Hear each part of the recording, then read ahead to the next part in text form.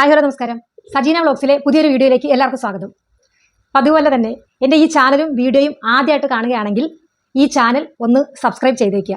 അതല്ല ഫേസ്ബുക്ക് പേജിലാണ് ഇത് കാണുന്നതെങ്കിൽ ആ പേജ് ഒന്ന് ഫോളോ ചെയ്തേക്കുക. ഈ വീഡിയോ ഇഷ്ടപ്പെട്ട ലൈക്കും കമൻറ്റും ഷെയറും ചെയ്യാൻ മറക്കരുത്. ഇന്നലെ എനിക്ക് വീഡിയോ ഇടാൻ പറ്റിയില്ല, സോറി. അപ്പോൾ അതിനുവേണ്ടി ഇന്ന് ഞാൻ 2 റിയാക്ഷൻ വീഡിയോ ആയിരിക്കും ഇടാൻ പോകുന്നത്. അപ്പോൾ ആദ്യത്തെ റിയാക്ഷൻ വീഡിയോ ഏതാണെന്ന് വെച്ചാൽ ആദ്യം നമുക്ക് ഈ ഒരു ചെറിയൊരു പാട്ട് കണ്ടു നോക്കാം. അതിനുശേഷം ബാക്കി കാര്യങ്ങൾ ഞാൻ പറയാം. ലൈവിൽ വന്നത് ഇന്നലെയും ഇന്നൊക്കെ ആയിട്ട് എനിക്ക് സോഷ്യൽ മീഡിയയിൽ, അതായത് യൂട്യൂബിലേക്ക് ചാനൽസിലൊക്കെ ഒത്തിരി ഓൺലൈൻ മീഡിയാസൊക്കെ ഈ ബിഗ് ബോസിലൊക്കെ പോയിരിക്കുന്ന രേണു സുധിയുടെ ഹെയർ എക്സ്റ്റൻഷനെ കുറിച്ചിട്ട് കുറച്ച് വീഡിയോസ് കുറേ ഇങ്ങനെ വരുന്നുണ്ട്. എക്സ്റ്റൻഷൻ ചെയ്തവർക്കൊക്കെ അറിയാം ഇത് എങ്ങനെ കെയർ ചെയ്യേണ്ടതെന്നുള്ളത്. എക്സ്റ്റൻഷൻ നമ്മുടെ സ്വന്തം മുടി വളർത്തി നടക്കുന്നുണ്ട്. അപ്പം അതിൻ്റെതായിട്ടുള്ള കെയറിങ് വളരെ ഇമ്പോർട്ടൻ്റ് ആണ്. ഈ കെയറിങ് ഒക്കെ നിങ്ങൾക്ക് പറ്റുമോ, ഇതൊക്കെ ചെയ്യാൻ പറ്റുമോ എന്നൊക്കെ ഞങ്ങൾ കൺസൾട്ട് ഫോമിൽ നല്ലപോലെ ചോദിച്ച് ഇതൊക്കെയാണ് റെഡിയാണ് എന്ന് പറഞ്ഞിട്ടാണ് നമ്മൾ ഈ എക്സ്റ്റൻഷൻ എക്സ്റ്റൻഷൻ തന്നെ എല്ലാ സർവീസുകളും നമ്മൾ എന്ത് സർവീസ് എടുത്താലും അതിൻ്റെ കെയറിങ് വളരെ ഇമ്പോർട്ടൻ്റ് ആണ്, മെയിൻ്റനൻസ് വളരെ ഇമ്പോർട്ടൻ്റ് ആണ്. അപ്പോൾ ഇതൊക്കെ ചെയ്യാത്ത ഒരാൾക്ക് കൊടുക്കുന്ന സർവീസ് ഒരിക്കലും ലാസ്റ്റ് ചെയ്യില്ല. പല ടൈപ്പ് എക്സ്റ്റൻഷൻ ഉണ്ടായിരിക്കും. പക്ഷേ ഈ എക്സ്റ്റൻഷൻ ഡെയിലി ഹെയർ വാഷ് ചെയ്യാം, നിങ്ങൾക്ക് ഓയിൽ ഇടാം, ഷാംപൂ വാഷ് ചെയ്യാം, ഹെയർ ഏത് രീതി വേണമെങ്കിലും സ്റ്റൈൽ ചെയ്യാം. അതൊക്കെ ചെയ്യാൻ പറ്റിയ എക്സ്റ്റൻഷനാണ് നമ്മൾ വെച്ചു കൊടുത്തത്. അതായത് ബ്ലാക്ക് കളറിൽ എന്തോ ഒരു സാധനം ഡസ്റ്റ് പോലെ, പൊടി പോലെ ഇങ്ങനെ താഴേക്ക് വരുന്നു. എനിക്ക് മനസ്സിലായത് പുള്ളിക്കാരുടെ തലയിൽ മുഴുവൻ ലൈസ് ആയിട്ടുണ്ട്, പെയിനായിട്ടുണ്ട്. ഇപ്പൊ നിങ്ങൾ കണ്ടുകൊണ്ടിരിക്കുന്നവരുടെ തലയിൽ എക്സ്റ്റൻഷൻ വെച്ചുകൊണ്ട് ചിലപ്പോൾ മുടി വന്നിട്ടുണ്ടെങ്കിൽ അത് നമ്മൾ ഒരു മുടിയിൽ എക്സ്റ്റെൻഡ് ചെയ്യുകയാണ്. അതിലെന്തെങ്കിലും ഗ്രീസി കണ്ടന്റോ ഓയിൽ കണ്ടന്റ് എന്തെങ്കിലുമൊക്കെ വന്നു കഴിഞ്ഞാൽ കേട്ടല്ലോ. ഇതിൽ ഒരു 2-3 കാര്യങ്ങൾ അവർ പറഞ്ഞതിനോട് എനിക്ക് യോജിക്കാൻ പറ്റില്ല. കാരണം അത് കറക്റ്റായിട്ട് എനിക്ക് അനുഭവം ഉള്ള കാര്യങ്ങളാണ് ഞാൻ നിങ്ങളോട് ഷെയർ ചെയ്യാൻ പോകുന്നത്.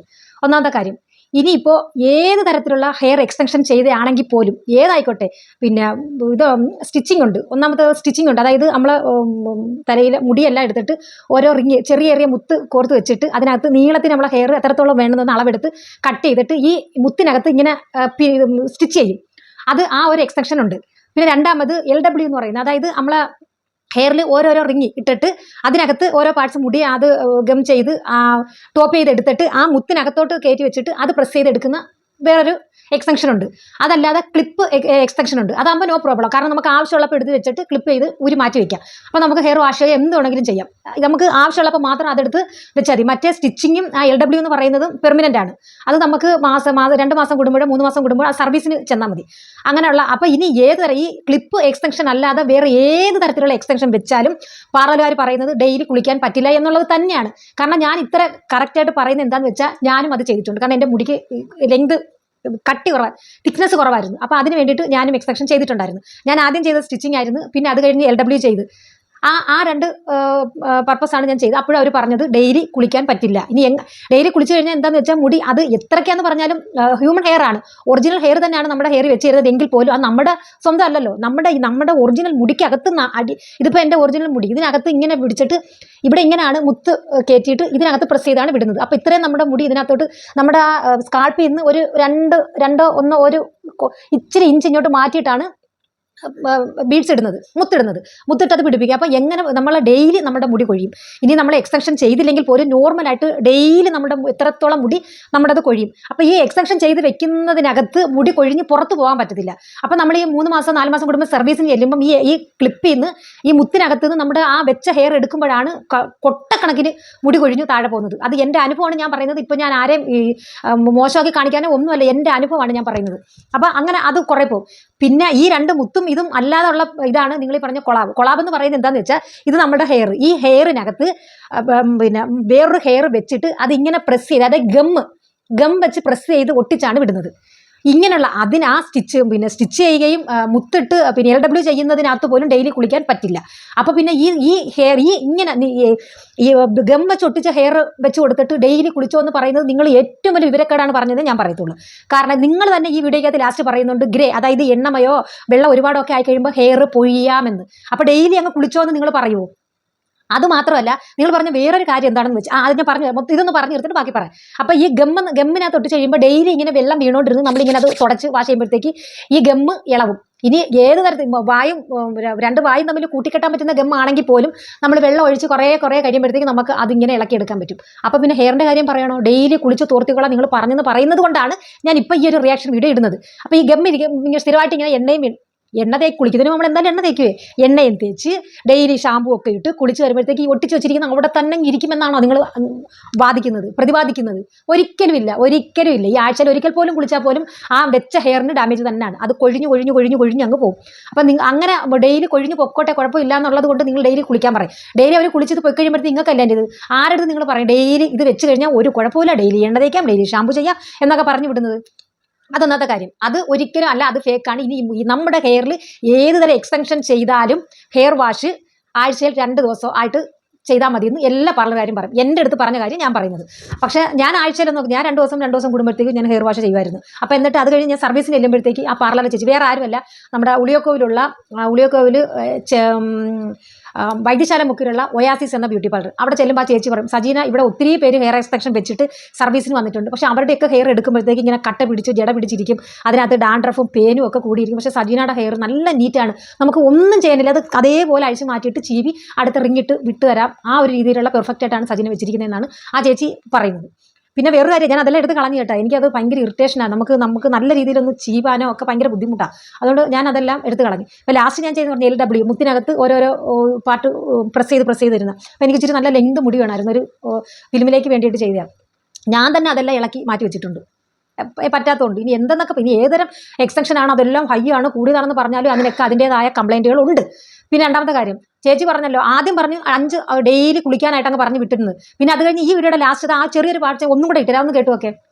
ഇപ്പൊ നിങ്ങൾ കണ്ടുകൊണ്ടിരിക്കുന്ന തലയിൽ എക്സ്റ്റൻഷൻ വെച്ചുകൊണ്ട് ചിലപ്പോൾ മുടി വന്നിട്ടുണ്ടെങ്കിൽ അത് നമ്മൾ ഒരു മുടിയിൽ എക്സ്റ്റെൻഡ് ചെയ്യുകയാണ്. അതിലെന്തെങ്കിലും ഗ്രീസി കണ്ടന്റോ ഓയിൽ കണ്ടന്റ് എന്തെങ്കിലുമൊക്കെ വന്നു കഴിഞ്ഞാൽ കേട്ടല്ലോ, നിങ്ങൾ തന്നെ പറയുന്നുണ്ട് അത് ഗ്രേ ആയ ഇത് പിന്നെ ഗ്രേസി ആയാലും ഷാമ്പിട്ടാലും വെള്ളമൊക്കെ ഇട്ടാലും അങ്ങനെ അങ്ങ് പൊഴിഞ്ഞു പോകാം എന്നല്ല, പൊഴിഞ്ഞു പോകും. പിന്നെ രേണുസുതി വന്ന് അന്നേരം തന്നെ പറഞ്ഞെന്ന് പറയുന്നു, അവൾ ആഴ്ചയിൽ ഒരിക്കലേ ഹെയർ വാഷ് ചെയ്യത്തോളം. ഈ 5 ദിവസം കഴിഞ്ഞേ കുളിക്കത്തോളം, 5 ദിവസം കഴിഞ്ഞേ കുളിക്കത്തോളം എന്ന് പറഞ്ഞ് അതിൽ കയറി പിടിച്ച് വൃത്തിയില്ല മറ്റേതിലെ മറിച്ച്. അത് ഈ ലോകത്ത് എല്ലായിടത്തും പറഞ്ഞ് ഹെയർ ഡെയിലി വാഷ് ചെയ്യണമെന്നില്ല. ഈ ഹെയർ വാഷ് ചെയ്തില്ലെങ്കിലും ഡെയിലി കുളിക്കാം. പുറം കുളിക്കുന്നത് തന്നെയാണ് പറയുന്നത്. ഈ തല നനച്ചാലേ കുളി ആവത്തോളം എന്നുള്ള കാര്യം എനിക്കറിയത്തില്ല. നമ്മളെ നമ്മുടെ ശരീരത്തെ അഴുക്കുകളും മാലിന്യങ്ങളൊക്കെ അത് മാറ്റാനായിട്ട് നമുക്ക് ഡെയിലി ബോഡി വൃത്തിയാക്കുന്നുണ്ട്. അത് തന്നെയാണ് കുളി എന്ന് പറയുന്നത്. ഇപ്പോൾ ഈ ഹെയറും കൂടെ നനച്ചാലേ കുളി ആവുള്ളത്തോളം നമുക്കറിയത്തില്ല. ഈ കടന്ന് ഇത്രയും 5 ദിവസം കുളിക്കത്തില്ല, മറ്റേ ചെയ്യത്തില്ല, മറിച്ച് ചെയ്യത്തില്ല, അതൊന്നും പറയണ്ട. അത്യാവശ്യമുള്ള വൃത്തിയും കാര്യങ്ങളൊക്കെ അവർക്കും ഉണ്ട്.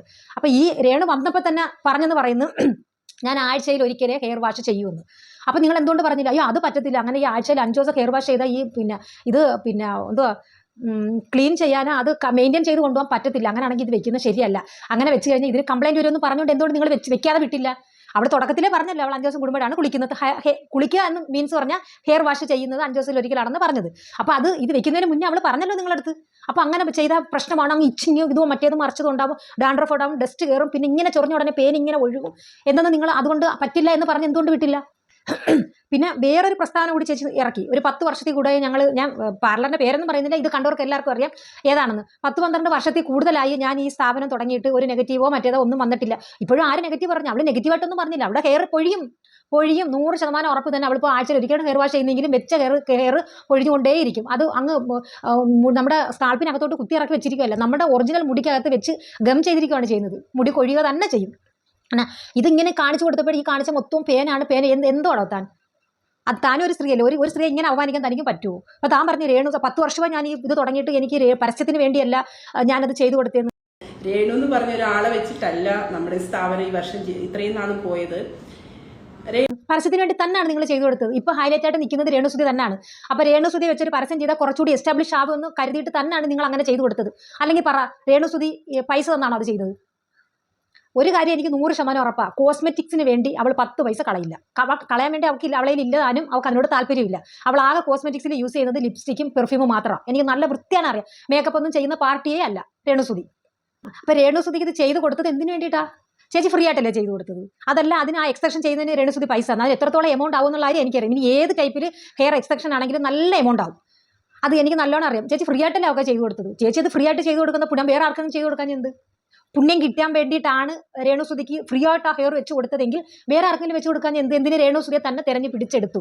ചേച്ചി പറഞ്ഞ് ഗ്ലോ ഫേഷ്യൽ ചെയ്തു കൊടുത്ത്, മൈക്രോ ബ്ലേഡിങ് ചെയ്തു കൊടുത്ത്, എല്ലാം ചെയ്തു കൊടുത്തെന്ന് പറയുന്നു. അപ്പോൾ ഇതെല്ലാം ചേച്ചിക്ക് പരസ്യത്തിന് വേണ്ടിയല്ലേ ചെയ്തത്?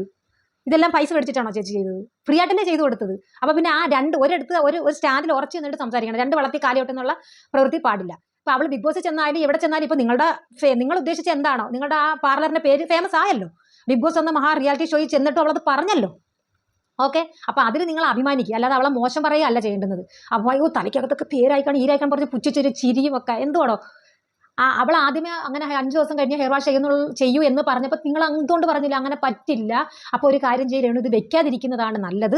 ഇത് വെച്ചിട്ട് അങ്ങനെ 5 ദിവസം അങ്ങനെ ഹെയർ വാഷ് ചെയ്യാതിരുന്നാൽ ഇങ്ങനെയൊക്കെയുള്ള ഡസ്റ്റ് കയറും, പേനുണ്ടാവും, താരനുണ്ടാവും എന്ന് പറഞ്ഞു കൊടുത്ത് എന്തുകൊണ്ട് അത് ഒഴിവാക്കിയില്ല?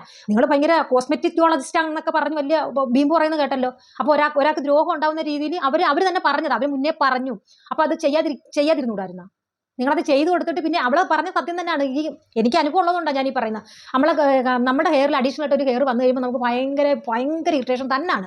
അതുമായിട്ടൊന്ന് പൊരുത്തപ്പെടാൻ കുറേ എടുക്കും. അപ്പോഴത്തേക്ക് ആ വെച്ച മുടി എല്ലാം കൊഴിഞ്ഞു പോവുകയും ചെയ്യും. അപ്പോൾ രേണുസുധിയെ കൊണ്ട് ഒരു പിന്നെ ഫേമസ് ആവാനോ പേരെടുക്കാനോ പാർലറിൻ്റെ പേര് എസ്റ്റാബ്ലിഷ് ആവാനോ അല്ല ചെയ്തതെന്ന് വളരെ വ്യക്തമായിട്ട് മനസ്സിലായി.